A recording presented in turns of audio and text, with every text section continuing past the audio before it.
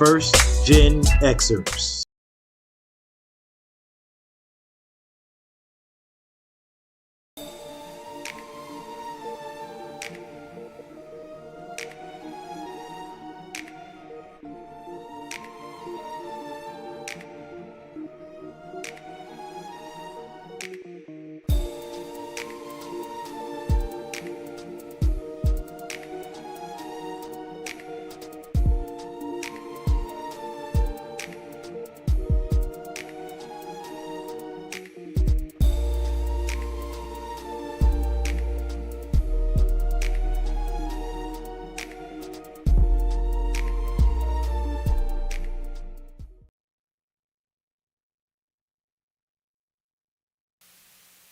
Hello. Hello out there in Twitch land. How are y'all doing today?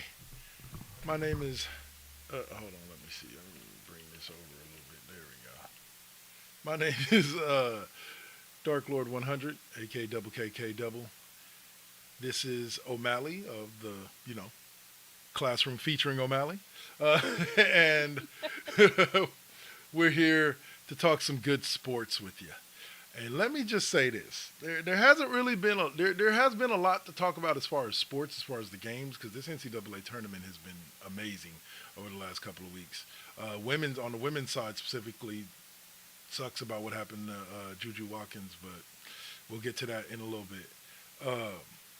But what seems to be dominating the headlines in most of the basketball groups I'm in is this goddamn battle between two grown men playing out like two high school girls in front of the entire world. No offense, and don't mind, and don't get me wrong. I'm actually on Stephen A's side here. Like, Yep. it's not a matter of hating LeBron. It's a matter of understanding where all of this started, and it started with him. You can't start it and then play victim when you feel it's gone too far, which is what I feel exactly what he's doing.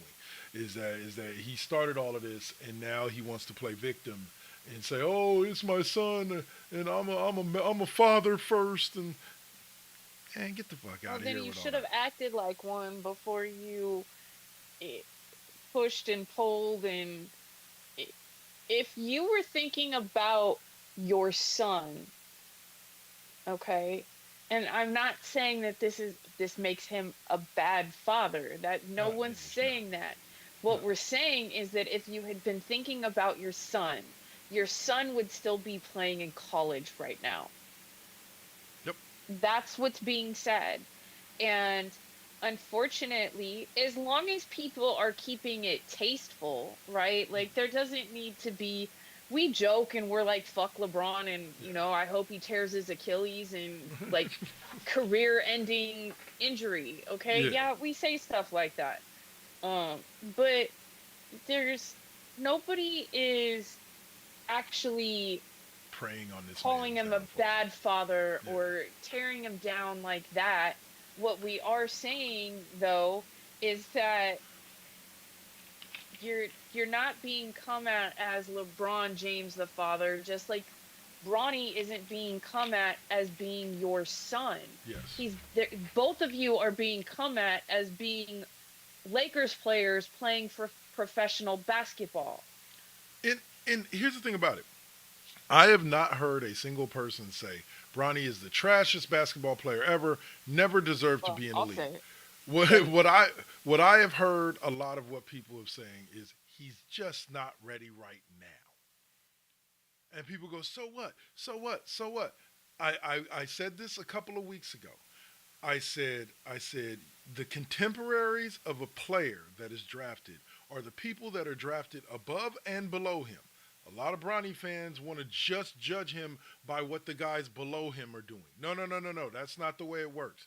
It's his contemporaries are the guys above him. Basically, every second rounder from about the sixth pick down, because everything through 1 through 5 in the second round is kind of considered a late first round pick. But 6 through 30, those are all Bronny's contemporaries. And you look at the Golden State Warriors with Quentin Post. He was a second round pick. He was drafted number 52. The kid just put up 20 in helping them win. I want to say last night uh, against who was it? Tonight was San Antonio, New Orleans. against New Mhm. Orleans. The kid's been playing critical minutes for us. He's been playing center minutes. Actually, took minutes from the second round pick from the previous year, Trace Jackson Davis. And I'm like, that guy's contributing to the team. The Lakers could have got somebody that right now could be contributing to the team and could be contributing towards their playoff And push. still had taken Bronny James as an undrafted free agent.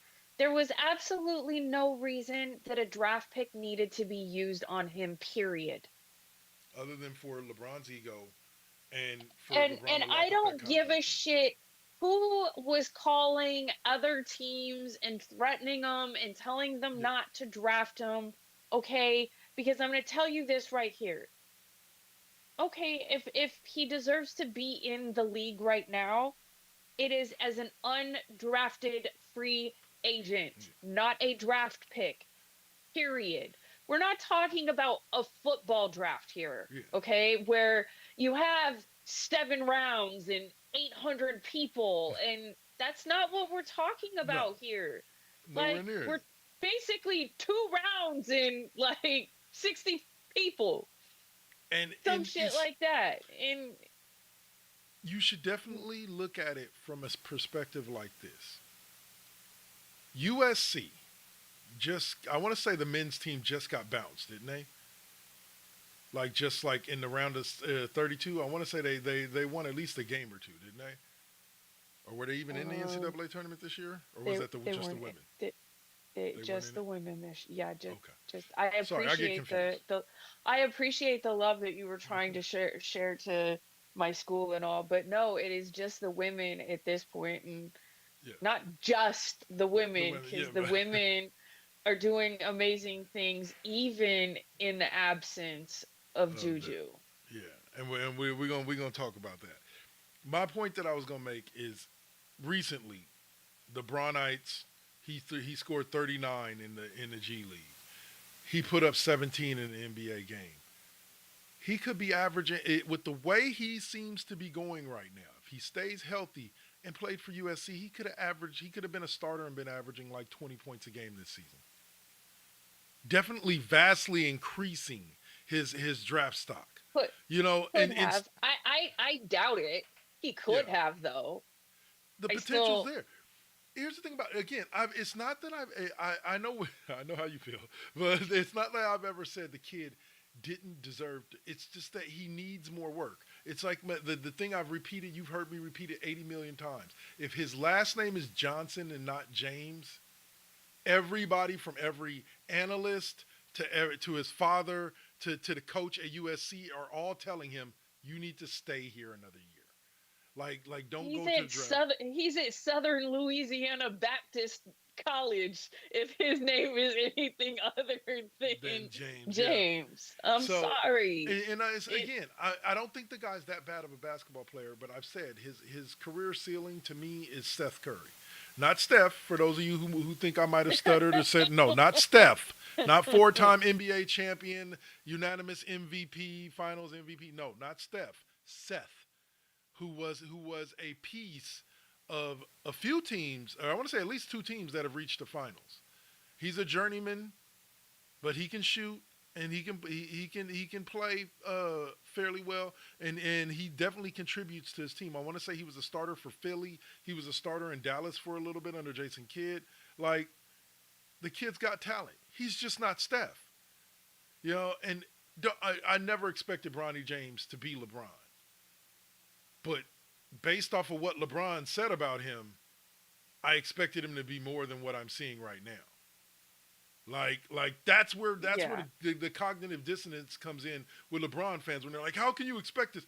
It's not that I'm expecting much of him. I expected like 4 to 6 points a game. I expected like, you know, uh, um, I expected like a couple of rebounds a game. I expected small contributions. I didn't expect his average to be like 1.2 points a game and less than a rebound a game and less than assists. I don't know if those are really his averages on the NBA level. I just know that there's a reason why this kid has spent most of the season down in the G League. And Yeah. so like yeah, you know, like I get it. He's like yeah, Okay, yeah, LeBron opened doors for him. Nobody's really complaining about that. When they say that LeBron James, oh, but wait a minute, sorry. I'm going to stop myself right there because we actually got way off. We got way on the Bronny. So they're going back and forth, and I was telling somebody, or I was talking about this earlier. I said not only did Bron start this with the whole Bronny's better than most of the dudes in the league right now, but I think he orchestrated the whole situation with Stephen A. with how he confronted him. And I don't mean orchestrated it with Stephen A. I mean, like, there's only one videotape of that confrontation. So you mean to tell me an arena full of people saw LeBron James stand in front of Stephen A. Smith and look like he was talking mean, and nobody whipped out their cameras to catch that except for one dude who just happened to be at an angle behind Stephen A. so you don't see anything that he might have said back or anything like that. You only see what LeBron's saying? That smells of a setup to me. Hmm. That smell, and everybody goes, "Oh, dude, you just being a LeBron hater." No, I'm not. Listen to Brian Windhorst, the dude who caught a stray. Poor Winnie, the dude who caught a stray from LeBron. Brian Windhorst years ago when he said LeBron, more than any other athlete he has ever covered in his life, attempts to control the narrative Hmm. around himself and his legacy. Hmm. That statement right there tells me that am I 100% sure that that's what happened? I don't know. I don't have insider sources, but would I put it past the man who does more to control the narrative around his legacy than any other athlete that some media personalities have met? Nah, I wouldn't put it past him. The dude has always tried to spin everything, including, like, we remember when they got trashed by the Warriors. Was that when they got beat by the Warriors the first time or the second time when he Hmm. came to the press rock conference wearing the with his hand wrapped in a cast? I think that was the first one. Was that the first one? And I'm like, he's always spinning. He's Hmm. always spinning the narrative. So, like, nah, Well, here's the other thing, though, because if he hadn't approached him in a public arena, had he approached him like that behind closed doors, he's getting his ass knocked out.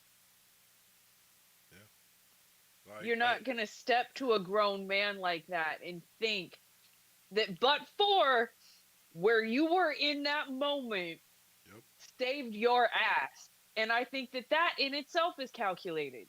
yep. And now you got the Braun Hive on every mistake that Stephen A makes. He did the whole thing where he made the mistake about saying that LeBron wasn't at the Kobe funeral, but he was there. Uh, but he never saw him. But anyway, so like you got that whole thing, and it's just like, and here's the one thing that I had to ask. I saw a comment that says, "I hate seeing a dude's career crash out in real time." Stephen A. is not in danger of being fired from ESPN. He's still making $13 million a year. He's still No, got a but wife. I do think that we are seeing LeBron crash out in real time. Yeah, yeah. I think you got that backwards I'm because sorry. I'm like Sass is just doing what he does. Like, he's reporting. He's giving his side of things. They're like, oh, he's on some Taylor Swift tour doing what? He goes places to be interviews that have probably been set up for 6 to 8 months before this event ever happened, y'all. And guess what they're gonna ask him about? The LeBron tape. Guess what they're gonna ask him about? The LeBron tape. So he's Yep. answering questions. He didn't set up all these interviews after that happened. Oh, let me come on your podcast. Let me come on your podcast so I can talk about this. No, these are probably interviews that were set up for long before, and he just showed up and they were like, "Yo, we gonna talk about this." And so Right. he talked about it. And people are like, "Oh, well, Stephen A. Smith, if it wasn't for LeBron James, you wouldn't have a career." Say what? The man was a journalist for like 30 years before LeBron was born. Maybe Rich Paul might not have a career but for LeBron, but They're like, "Y'all made a career off of talking about LeBron." No, actually, Stephen A. no. Smith made a career covering Jordan and Iverson and like a lot of the greats that came before LeBron. That's why he is who he is. like Trust me, not even LeBron. I'll put it to you like this. Unless Stephen A did some really, really raucous shit, this shit that's going on with LeBron James ain't shit. Unless Stephen A did some really, really raucous shit, you ain't canceling Stephen A. It's like trying to cancel Eminem. Like, you're just not going to do it. It's just not going to happen. Like, he's still credible. He's still a credible news source. Like, but needless to say, I still think that if I was Stephen A, I would have just left it after the first one. I would have just stopped. The Oh, thing no, we're too not with talking about him this shit no is more. we all know I've been vocal. He is not one of my favorite. Yeah. I always feel like he's yelling at me and then he's gonna have an aneurysm in the middle of one of his takes, right? Yeah. And but the fact that he can and has admitted when he's wrong. Hmm.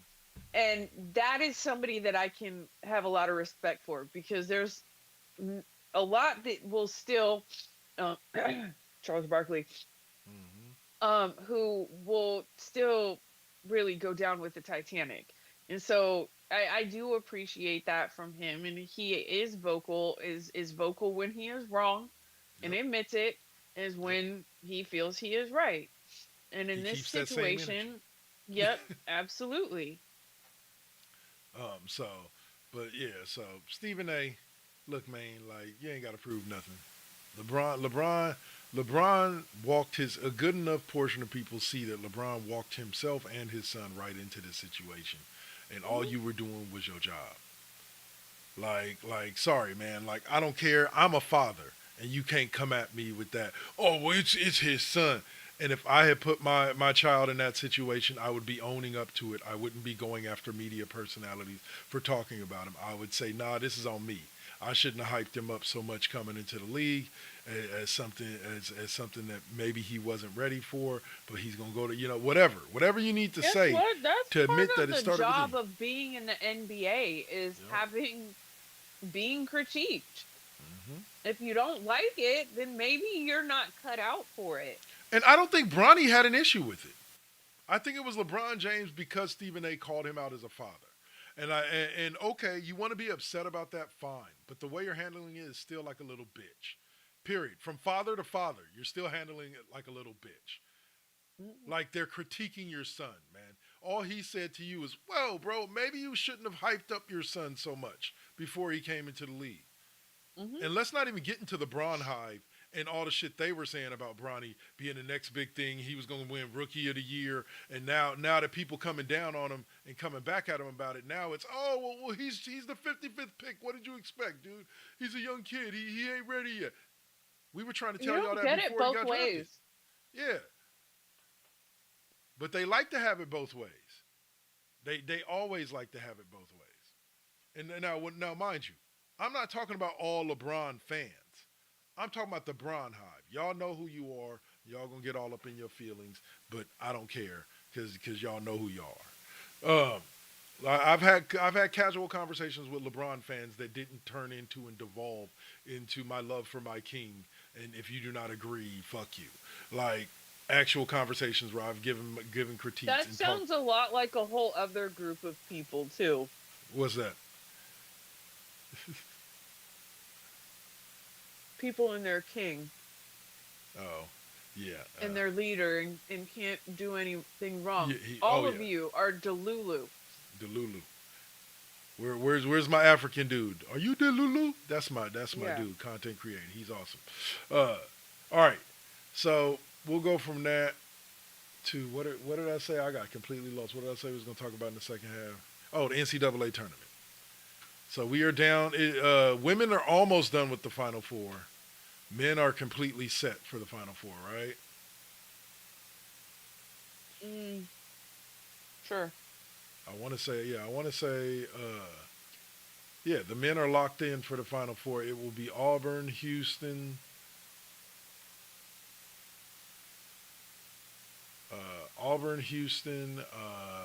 Florida, and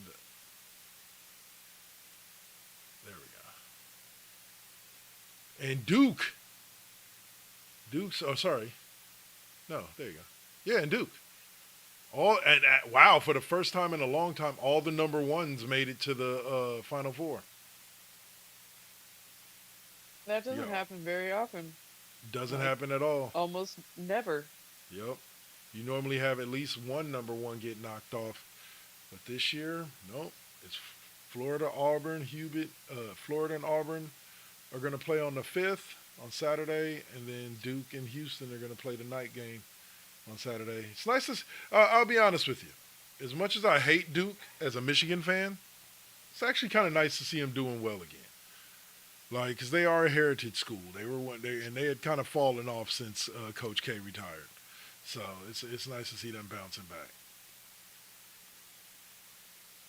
We didn't really have any Cinderellas this year. When you look at, let me see. Nah, the highest seeds that made it to the elite. The highest seeds that made it to the elite eight was BYU and Ole Miss at number 6. Oh, wait a minute. Arkansas had a deep run, making it to the elite eight before losing to Texas Tech. So like I said, I can't wait till next week. I think I have Auburn in almost all of my tournament brackets, but the bracket's been busted a long time ago. I think I got one that's at 98% in the women's bracket, but all my men's brackets have been completely shattered. So on the women's side, we've got half of the Final Four decided with UCLA beating LSU this week or today, and South Carolina barely beating Duke. So we almost had the girls and the boys Duke programs make it in. Shout out to California, they made it in. They don't ever really make it far anymore, but they made it in.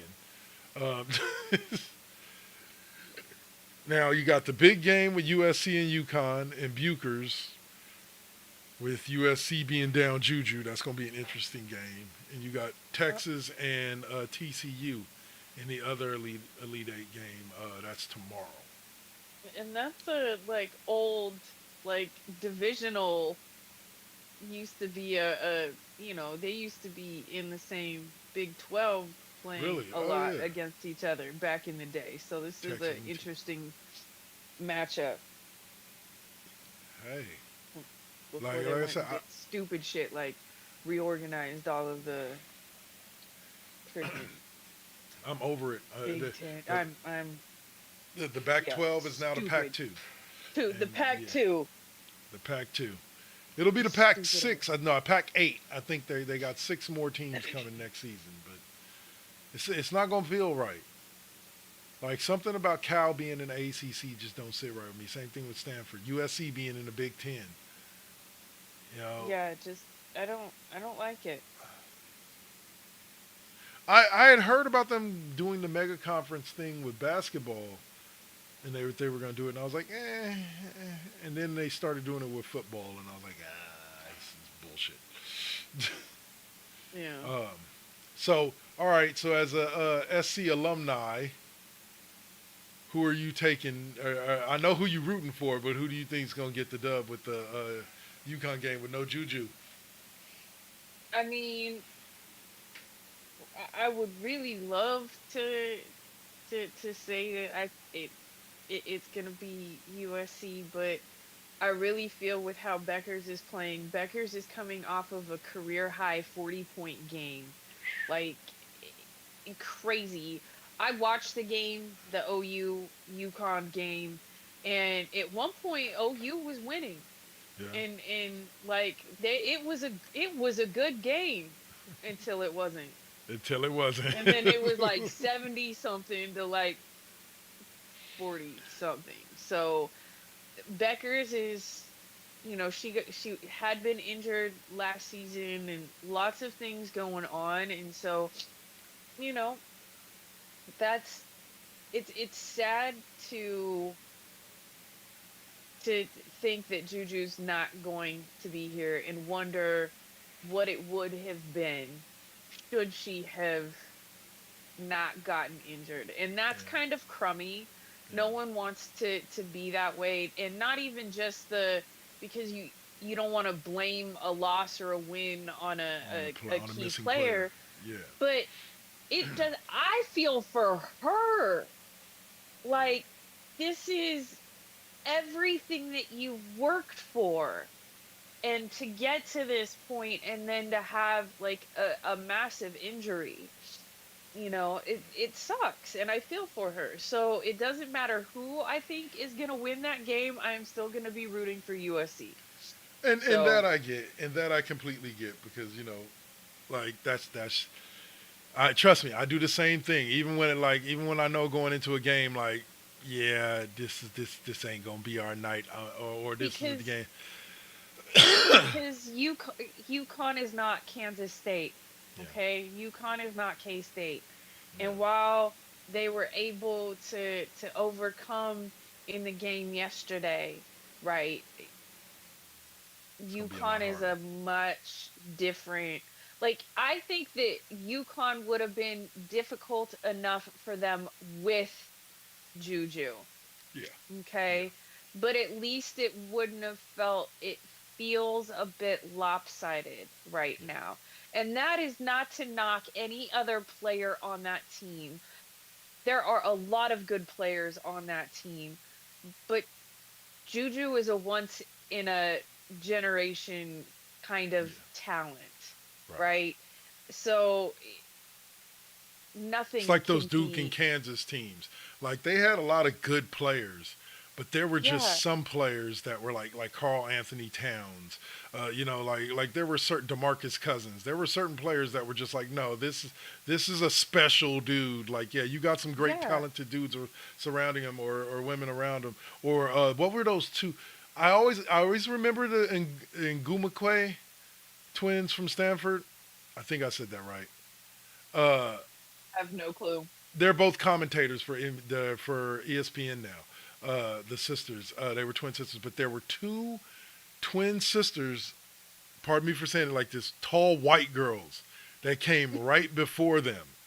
That when they used to always play for Stanford when Stanford used to have those battles, when it was Vanderveer and Oriama having those battles in the NCAA tournament every year. I just can't remember what the girls' names were. I want to say they went to the WNBA, but they didn't really have as much success there. But they were like two almost 7 foot, like Caucasian young ladies, I'll say. Amazonian white chicks.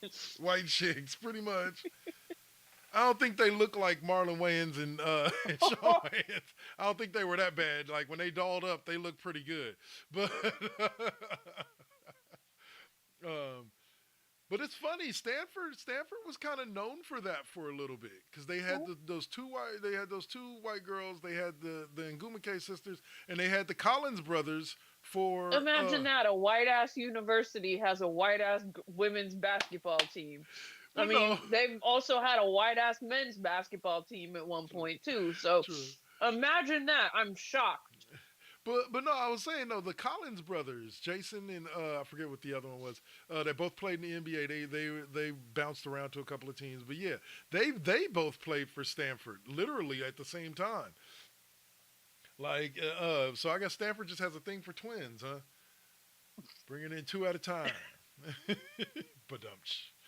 All right, y'all. So we'll pause right there and take our proverbial commercial block. We'll come right back, and we will be back to talk some Warriors basketball and probably just some Warriors basketball. Not much to talk about on the 49ers front. So, or the Raiders front, really. But we will tap in on the fact that the A's are the most expensive ticket in town. People are fucking delusional. We'll talk to y'all soon right here on The Classroom featuring OMalley. Peace.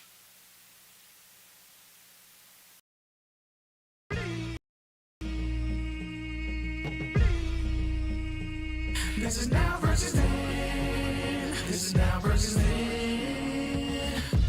Get on your mark, let's go. This is now versus then. Burning up your radio, still turning up the heat with Poetic on the flow. Got you moving to the beats with the saint as your host. Shout out the collective, hold it down, we gon' clown, that's the lesson. Where Generation X meets Generation Next, with them bangers from the east to the south to the west. Yeah, it's how we do it in Sacktown. Slide to the studio, yup, it goes down. Everybody fall through. These beats gon' pound. Waking the game up, told you it goes down. And this is only the intro. Turn the mics on, shout out to my kinfolk. Where you at, y'all? Let's get this started. Turn down for what? We about to start the party. Let's go, let's go, let's go, let's go.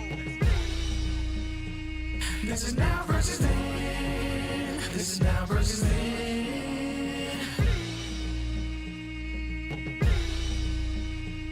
This is now versus then. This is now versus then.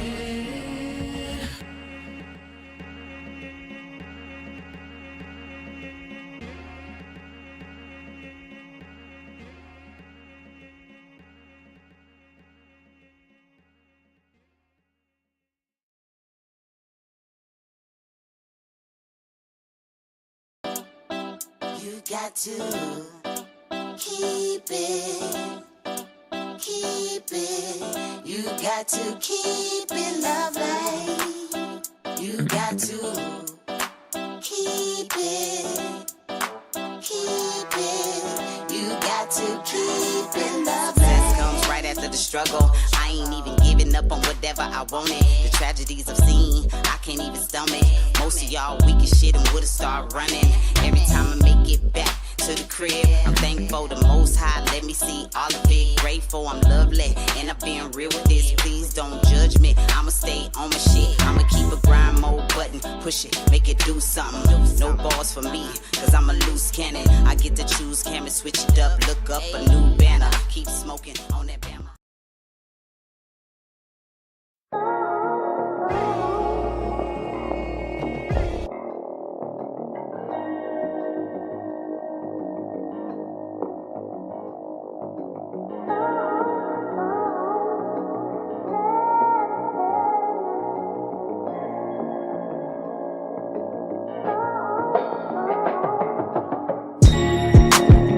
They say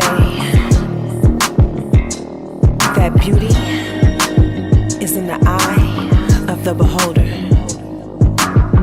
But the definition of beauty is distorted. Yeah. Come on.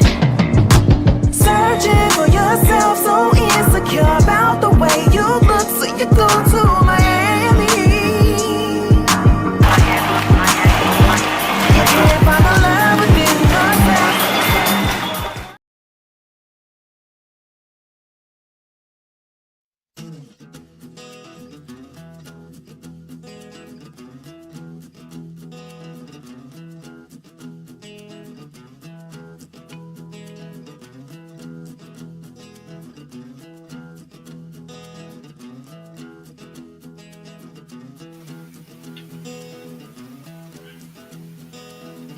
Hey, what's up, y'all out there in TV land or Twitch land or whatever we're doing today?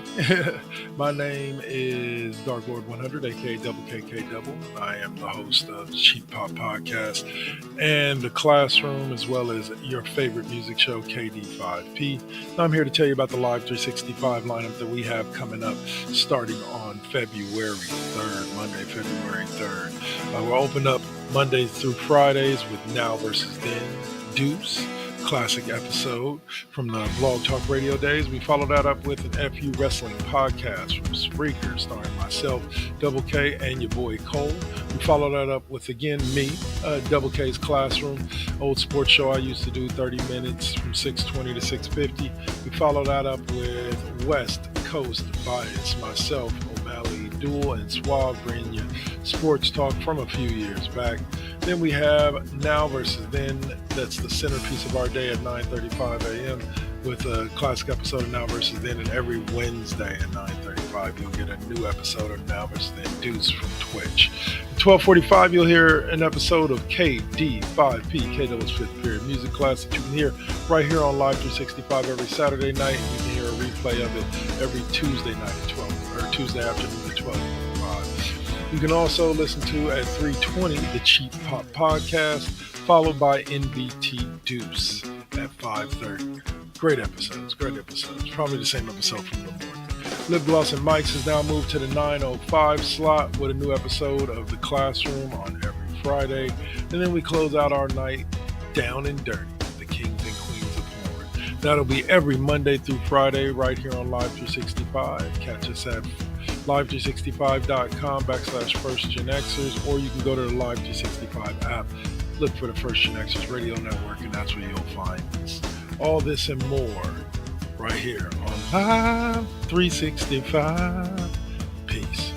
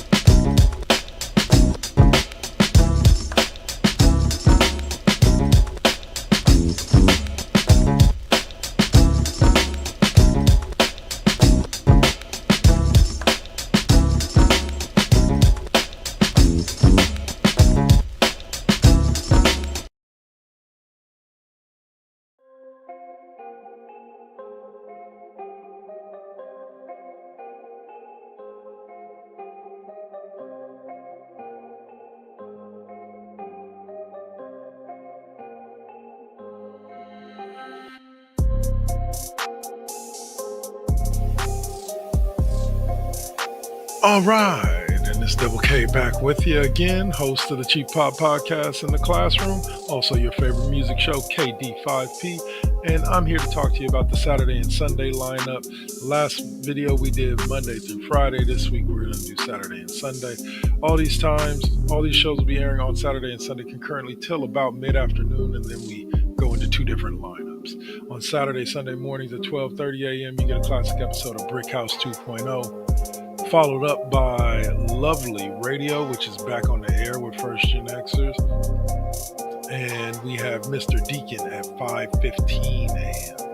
Sam Brett Radio now moves up from the 10 a.m. slot to 7:25 a.m. on Saturdays and Sundays. And the 10 o'clock slot now goes to Ms. Optimism, back with us again after a short hiatus. We follow that up with another episode of Lovely Radio at 12:10. And then we get Sam Brett one more time at 2:45. You get about an hour and 15-minute episode on Sundays, and you get a full 2-hour episode on Saturdays. That episode will air right before the live episode of K-Double's 5th period music class on Saturday nights from 5 to 8. Right here live on Live 365, where K-Double brings you some of the hottest tunes from the 70s, 80s, 90s, and 2000s. And then we close out Saturday nights with the Worldwide Wrestling Podcast from 8:15 to 11. So on Sundays, you go from Sam Brett to 4:10, The Classroom. 45-minute episode of an old version of The Classroom that we had over on Spreaker. And we'll follow that up with Dirty Talk 101 at 5:30. And we close out with 7:40, the Worldwide Wrestling Podcast, another great edition of me and your boy Cole. And then we close out at 10:10 p.m. with the Sidebar. So thank you for listening or seeing me here on Twitch if you're watching on Twitch or YouTube. And join us on any one of our platforms here at First GenXers and Double KK Double Network. You got 2KK2network.com, my website. You also have the twitch.tv/First GenXers, and you also have Live 365 where you can find us or you're listening to us here. And we also have for those podcast folks over on Spreaker, a place where you can find the Cheap Pop Podcast and the Classroom on podcast. You can download it and everything. So that's it from me for this week. This time around, I'll be back again with a new schedule as of May 1st. But until then, y'all enjoy this lineup and stay up. Peace.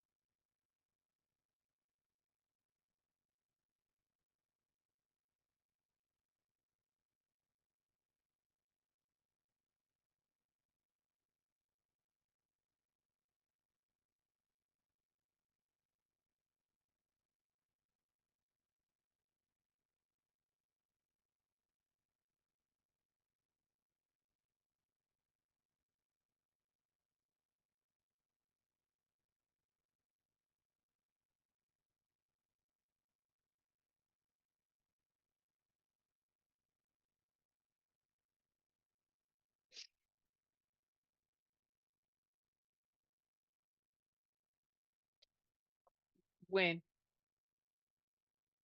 I don't give a shit what it looks like. Just fucking win.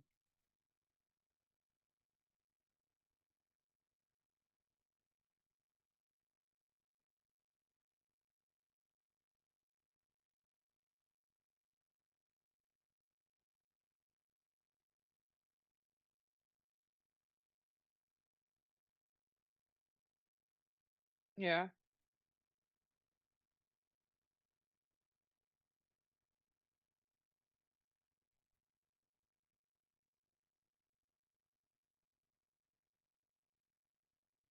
Yeah.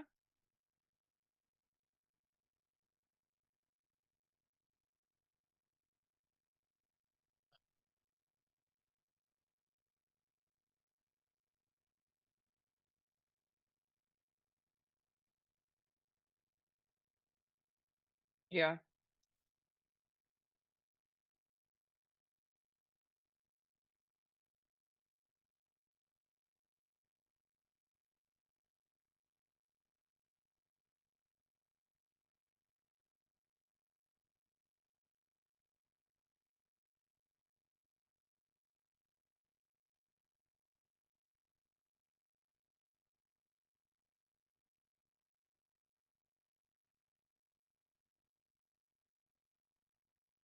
Right.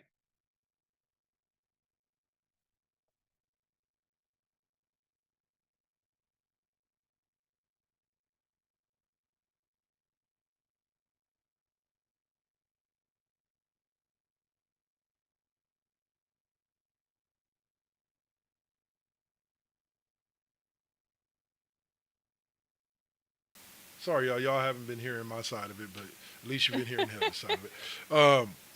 No, what I was saying was, but the Memphis game, the Warriors have the Memphis, the Lakers, and Denver coming up in Houston. That's going to be an important four game stretch from April 1st to April 6th.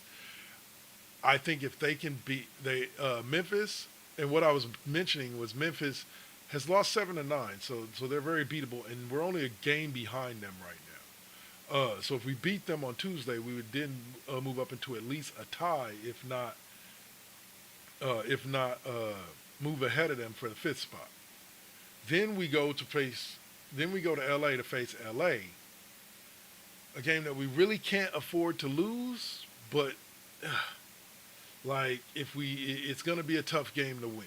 We've always struggled against them, but this is not the same Warriors team that they beat like what a few months ago. Yeah. Yeah, like in February. This is not the same Warriors team that they beat in February. If they can beat Memphis, Houston, and potentially Los Angeles, I think Denver is going to be a tough ask. Jokic seems to be playing extremely well right now. So I think Denver is going to be a tough ask. But I think if they can beat Houston, LA, and Memphis, they can end up in the 4 seed before the end of next week. Yeah. And then you look at the road the rest of the way out, and it's not that hard. They got Phoenix. That's a tough one, but a winnable game. They got San Antonio again. No Wemby. Should be a winnable game. Portland, San Antonio and Portland are trap games. You know, they could be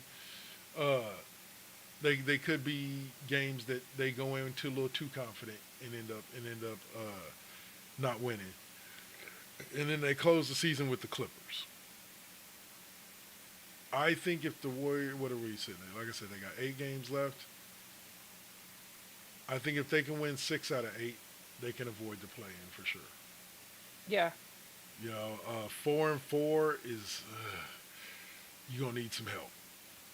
I think if they end up going 4-4, like if they lose the next 4 games, yeah, you're gonna need some serious help in those final 4 in order to get to that victory. But I think Jimmy Butler is gonna have a lot to say about whether or not the Warriors make it to or stay out of that play-in. So, and Jimmy's been pretty damn good so far. I'd have to say so myself. Yeah.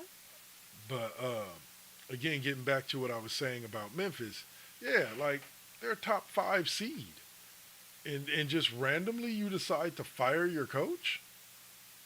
Yeah, I don't understand that. I really don't. Yeah, like. But then again, Milwaukee was winning last year and fired their coach. Yeah, to bring in Doc In fact, Rivers. I think they had one of the best records at the point where their coach was fired. So, I mean, it didn't work all the way through for them last year, but I guess that's one of those. Things that you have to be there. And what I mean by that is, but, like, we don't know what happened behind the scenes. What was so detrimental? That's what I'm saying. Like, that you fire the coach right before the off season. I think that there's and your something, team is going to possibly make it in somehow. I think that there's something we don't know. Absolutely. But yeah. that's why I'm like, I want to know. Because it had to have been, like, because how detrimental do you have to be at that point that you get fired right before the off season that you are just about guaranteed to make? Understand. So, like, the one thing I understand about this is having managed for a while, both of us, like, having worked and met. Yeah, but in order for them to walk in the door and say, okay, you got to go now, you had to have done some shit.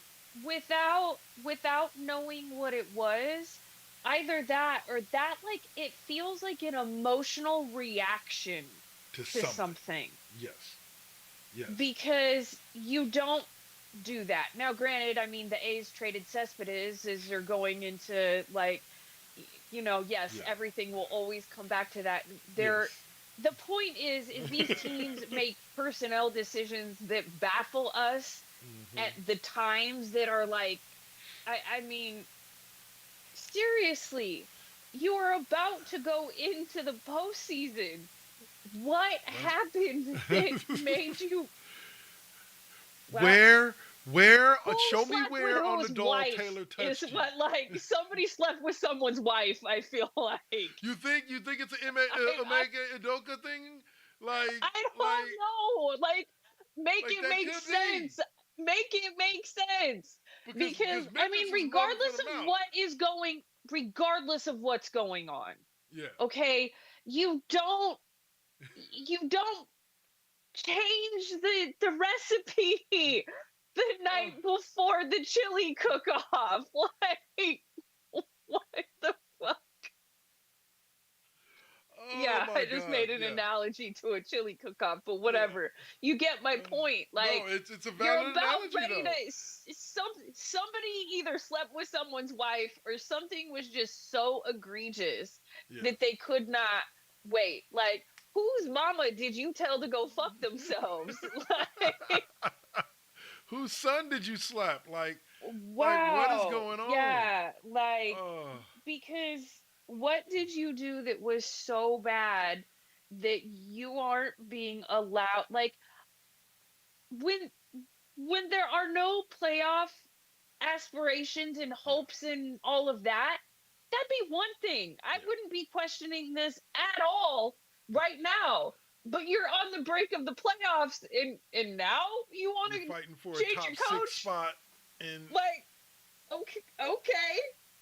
I'm telling you, man. I'm telling you, like, it's one of those things where Taylor probably went in, had a bad day, told somebody to fuck off that he shouldn't have, And next thing you knew, he was getting his pink slip. Because, like you said, it don't make no dang sense in the world why a team that's Either fighting that or he not slept only with someone's wife. not only fighting for a playoff spot, but fighting for a top six playoff spot. Like, and so it's obviously not team performance. Is what I'm getting at. It's obviously not team performance. Because yes, they had That lost was 7 of the last personal. 9. That was Yes, personal. That was a yes. personal fire or quit or whatever the fuck happened. Because if it had been something lighthearted or something that wasn't that serious, they'd at least let him finish the season, waited until after he got bounced from the playoffs. Because Memphis wasn't winning a championship this year. I mean, You know, just wait wait until till he got you guys bounced. lose in the playoffs and let everyone save face at that point. Oh, Like, but 'cause, they yeah, said 'cause nope. it's coming. Gotta go now. Now, last subject of the night. I saw this in a group chat that I have with some homeboys of mine that I'm in a fantasy basketball league with. But it said, where is it? The most expensive ticket in baseball. The most expensive median ticket prices for the upcoming season are the Athletics at $181 a ticket, who play this season in West Sacramento at a 14,000 seat Sutter Health Park. That was said by Bob Nightingale of USA Today. How the fuck only Fisher could think to himself, I'm going to move into a smaller stadium, way the fuck up in Sacramento, and I'm going to charge you more money to come see my team play. Because now it's like you get to see it in this intimate environment. No, you cheapskate. This is you trying to make back money that you're losing by not having. Maybe this is the find out portion of fuck around, sir. Yes. You fucked with Oakland. What happened happened, and here we are. At the end of the day, you're still gonna end up losing money. But it's really, really shitty that is what's happening. And A's fans, I would be pissed right now if I were you. Not me, because I don't give a fuck no more. But because for reasons exactly like this, in the ownership of even before the move, the ownership time and time again showed that they didn't give two halves a shit about the fans. Yep. At all. Repeatedly. And did not ever treat that team like they ever had any point of winning. And that's wild to me. Well, like we've mentioned on the show before, and like we used to mention on West Coast Bias all the time, the Oakland A's won in spite of ownership, not because of ownership. You know, that part. Now the only person I would say that does not apply to is Billy Beane, because if it wasn't for the way that he massaged the cap, we may not have had the competitive teams that we did have the few years that we had them, and the way that he drafted it, we may not have had the few competitive teams. Yeah, but then you end up with one of the richest owners, who's one of the fucking cheapest owners. Like shit doesn't make any fucking sense to me. I'll say it like this. I was one of the idiots that believed that Fisher and Caval would change things and would make things better. I did too. And I thought it was but it's freaking Lou Wolf 2.0. Yep. I'm genuinely saying this, and I will say this again and again and again. Fisher should have just, or not. They should have just let Joe Lacob buy the A's. If Joe Lacob buys the A's, I think the A's are still in Oakland. I think the A's. They're at Howard Terminal. They're at Howard Terminal, and on top of that, we're in free agency. We're going after big fish instead of medium-sized fish. I think he takes the leash off because he's already shown in basketball he's not afraid to spend money. As profitable as the A's are in general, he would have money to spend, and he would give Billy Beane an open checkbook to go get me a winning team because he genuinely cares more about winning. Billy Beane would know what to do with himself with money. Like, think about it like this. Joe Lacob's running the A's. We might have actually had a shot at signing Ohtani when he left L.A. instead of going to the Dodgers. You know, but I have to say, and you know, my friends are a mixture of Oakland fans and San Francisco Giant fans, and I know that they hate it when I say having started watching the Dodgers and even just watching the last two games, watching Mookie, you know, close out game 2 of the home opening series with a walk-off 3-run home run back to back with a home run before that. It the Dodgers have actually, between last year and starting of this year, Yeah. and watching Otani chase the record he did, they've made it fun to watch baseball again. Yeah. And that And sucks that to say to about the me is Dodgers. what, well, yeah, But but you that's got to what, give up. like, Yeah. but they've made it fun to watch baseball again. 100%. Those guys turned into a bunch of 10-year-olds the second that that Well, last out was made. here's It just, here's the thing I love about, and like I said, as an A's fan, it's hard to say this, but here's the thing that I love about the Dodgers of today.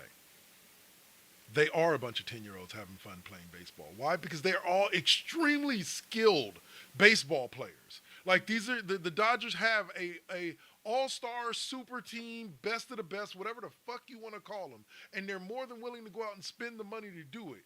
You know what I'm saying? And keep them together. And so these guys can have fun because they don't have to worry about picking up the slack for anybody else what's because everybody's doing crazy their is part. with all of those huge names, there's really no ego. Yep.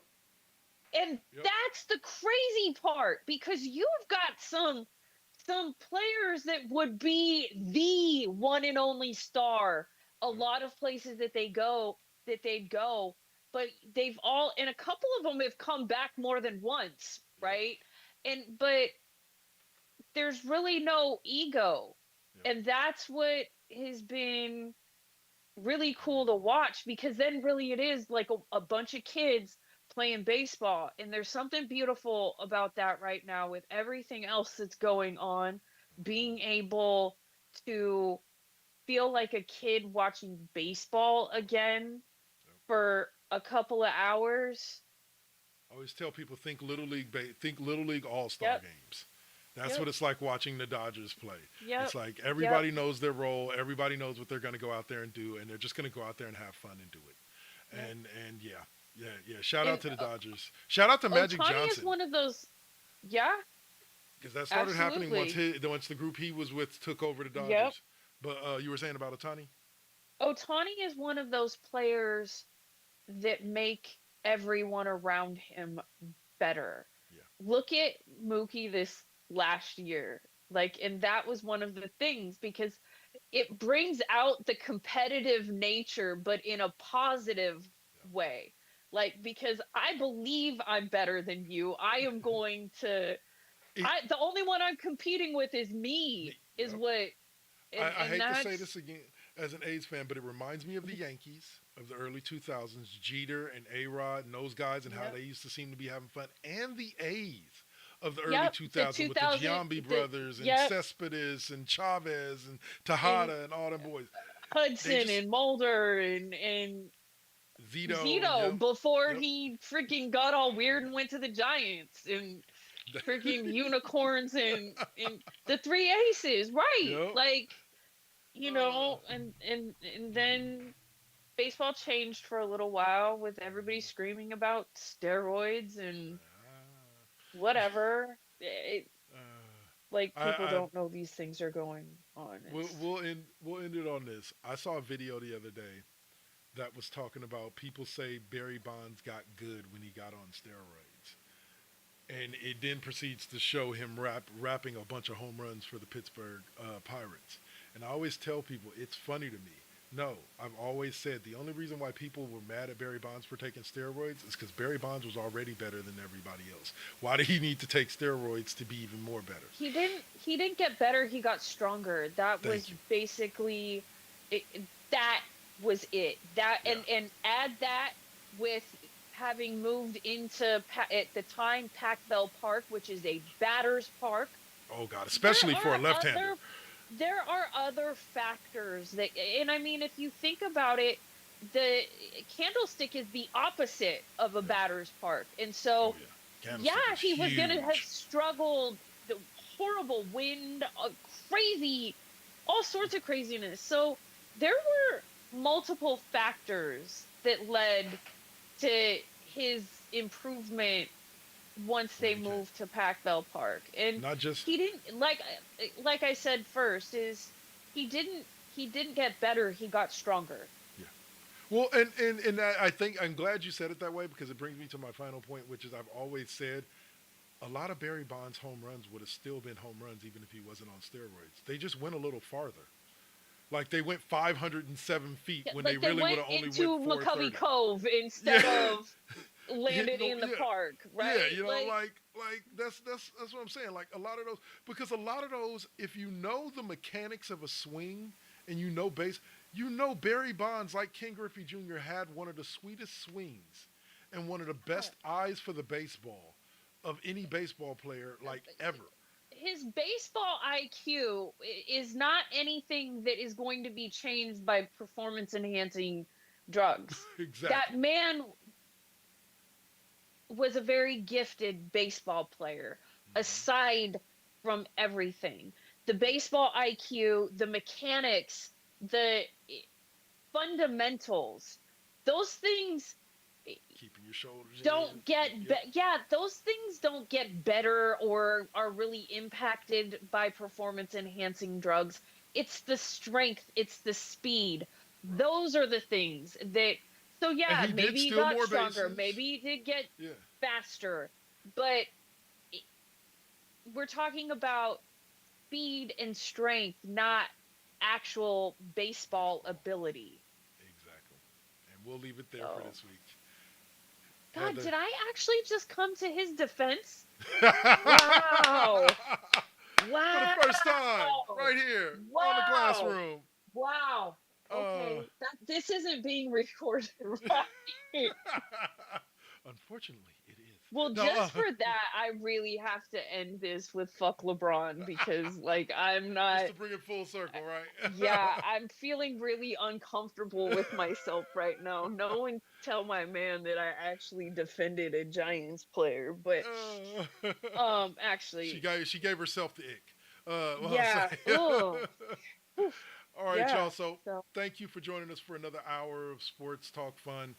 We'll be back next weekend. Same bad time, same bad channel. 6 p.m. right here Pacific, 9 Eastern right here on Twitch TV.